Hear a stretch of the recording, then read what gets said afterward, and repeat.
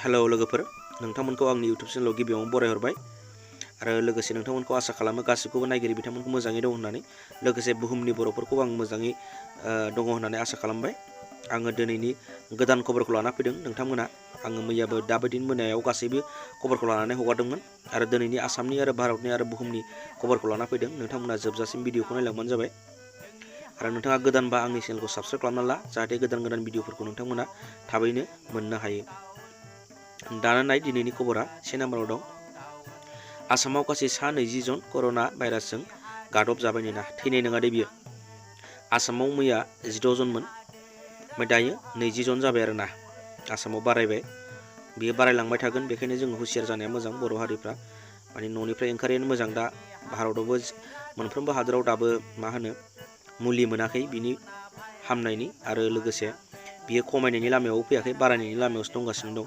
बेखायनो जोङो बुहुमखौ जोबस्रांगोन नामा, जोंनि भारतआबो जोबस्रांगोन नामा बेखौ साननानै जोङो अननानै प्लिज बेखौ मानिनानै न'आवनो थाबानो जाबाय। 2 नाम्बाराव नाय। 5 एप्रिलनि मोनाबिलिनि 9 बाजियाव 9 मिनिट ममबाति आरो आगरबाति, टर्च, मबाइल लाइटखौ खामसालियाव ओंखारनानै सावनो थिनदोंनो, लोगोसे न'नि गासै कारेन्ट लाइटफोरखौ खोमोरनो थिनदों। जोङो 5 एप्रिल रबिबार गोलैयो नामा, बेनि मोनाबिलिनि 9 बाजियाव आरो 9टायाव 9 मिनिट ममबाति, आगरबाति, टर्च, मबाइल लाइटफोरखौ खामसालियाव ओंखारनानै सावनांगौनो दे। लाइट खोमोरजोबनानैसो दे, कारेन्ट लाइटखौ खोमोरजोबनानै। बेखौ नरेन्द्र मदिया होदों आरो ना, बेखौ जोंनि भारतनि प्रधान मन्त्रिया। दाना 3 नाम्बाराव नाय। गासै बुहुमाव 10,54,243 जानानै दंनो, थैनाय नङा दे बियो।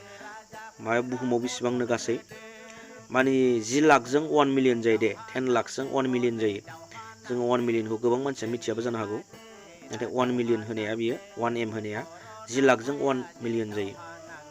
बेखायनो बेसेबां जाखोनो बुहुमाव गासै 10,54,243 जन बे बेरामजों साग्लोबसारबाय दे।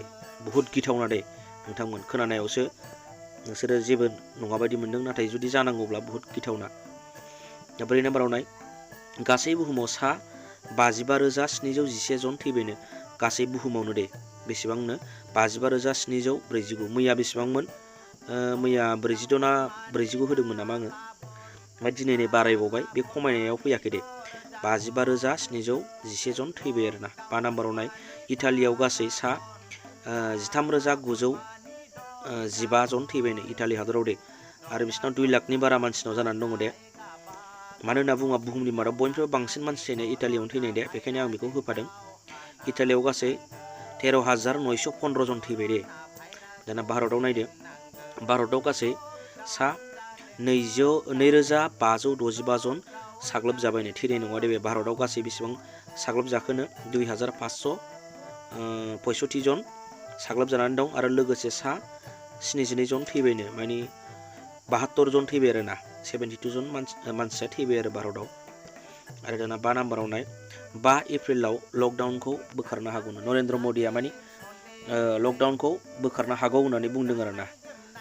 15 एप्रिलाव बेखौ गोसोआव लाबानो जाबाय। बोखाराबो जानो हागौ, खिन्थु बोखारनो हागौ होननानै बुंदोंमोन आरो ना। दाथ' बारानिफ्राय बारासो जादों, बोखाराबो जानो हागौ आरो ना। ओमफ्राय 9 नाम्बाराव लास्ट जोबथारनायाव नाय। बियो दिनैनि निउस नङा दे, आं नोंथांमोननो अननानै खोन्थानो हादों बेखौ। बिटिआर मोननायजों बैसागु नांनायजों बेखौ आं मोनसे मिउजिक भिडिअ बानायदोंमोन, एलबाम बानायदोंमोन ओमफ्राय आङो हगारखाबाय नोंथांमोना इउटुब चेनेलाव। बिटिआर मोननायजों बैसागु नांनायजों टाइप खालामबानो इउटुबाव टाइप खालामबानो मोनगोन आरो ना आंनि एलबामखौ। नोंथांमोना नायनायदो माबायदि जादों, ओमफ्राय उनाव मोजांबा कमेन्ट खालामबानो जाबाय। आसा लोगोफोर, दिनैनि बे भिडिअआ बेखिनियानोसै। नोंथांमोना बुजिबायबो जानो हागौ, आसा खालामो नोंथांमोना मोजां मोनदों भिडिअखौ नायनानै। बेखिनियावनो दोनथ'बाय, बाय बाय।